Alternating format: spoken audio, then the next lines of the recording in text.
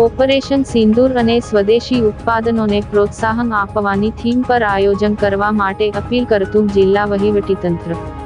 આગામી ગણેશોત્સવ મહોત્સવને અનુલક્ષીને ભરૂચ જિલ્લા કલેક્ટર ગૌરાંગ મકવાણાના અધ્યક્ષસ્થાને જિલ્લાના તમામ લાયઝન અધિકારી તેમજ ગણેશ આયોજકો સાથે બેઠક કરી, જેમાં કેન્દ્ર, રાજ્ય સરકાર સાથે હાઈકોર્ટ દ્વારા ગણેશજીની મૂર્તિ અંગેની માર્ગદર્શિકા જણાવી નિયમોનું પાલન કરાવવા ઉપર ભાર મૂક્યો હતો।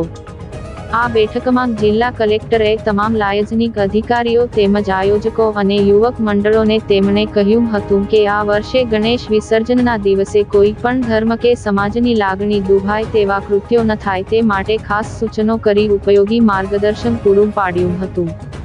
વધુમાં કલેક્ટરે ઓપરેશન સિંદૂર જેવા ગૌરવવંતી પગલાંની ઝાંખી કરાવી દેશપ્રેમને ઉજાગર કરવા, આપણા દેશના સ્વદેશી ઉત્પાદનોને પ્રોત્સાહન આપે તેમજ રાષ્ટ્રસેવા પ્રત્યેની જાગૃતિ આપે તેવા પ્રકારના પંડાલની વ્યવસ્થા કરી ધાર્મિક લાગણીની સાથે સાથે દેશ માટે અમૂલ્ય યોગદાનની થીમ પર આયોજન કરવા માટે અપીલ કરી હતી।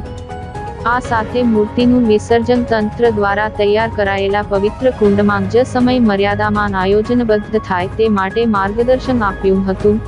ભરૂચ શહેરમાં 2 સ્થળોએ અને અંકલેશ્વર શહેર ખાતે પવિત્ર કૃત્રિમ કુંડ બનાવવામાં આવશે। આ બેઠકમાં તમામ લાયઝન અધિકારીશ્રી અને કર્મચારીશ્રીઓ તેમજ ગણેશ ઉત્સવના આયોજકો ઉપસ્થિત રહ્યા હતા।